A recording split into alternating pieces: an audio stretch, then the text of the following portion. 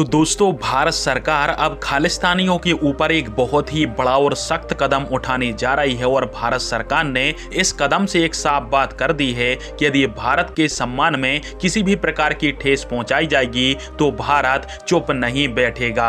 दरअसल आप सभी को पता है कि पिछले 1-2 हफ्तों से खालिस्तान के जो समर्थक हैं उन्होंने काफी ज्यादा उपद्रव मचा के रखा हुआ है और खालिस्तानी भारत की जहां जहां पर भी विदेशों में एम्बेसी है उनके ऊपर ना सिर्फ हमला करते हैं बल्कि भारत की छवि को भी नुकसान पहुंचाने का काम खालिस्तानी कर रहे हैं। और दोस्तों, यदि मोटा मोटी आप देखोगे तो मेन 4 ही देशों के अंदर खालिस्तानियों ने एंटी इंडिया एक्टिविटीज को चलाया है और इन 4 देशों के अंदर अमेरिका, ब्रिटेन, ऑस्ट्रेलिया और कनाडा शामिल है। और दोस्तों, अब भारत सरकार खालिस्तानियों को लेकर बहुत ही बड़ा और सख्त रुख अपनाने जा रही है और भारत सरकार ने साफ कह दिया है कि भारत के सम्मान या फिर भारत की आन को यदि विदेशों में किसी भी प्रकार से ठेस पहुंचाई गई तो भारत चुप नहीं बैठेगा। और भारत सरकार ने इन 4 ही देशों को एक लिस्ट सौंप दी है जिनमें उन खालिस्तानियों के नाम सम्मिलित हैं जो कि भारत के तो नागरिक हैं परंतु भारत के बाहर जाकर भारत के खिलाफ ही विरोध प्रदर्शन कर रहे हैं। और अब इन खालिस्तानियों की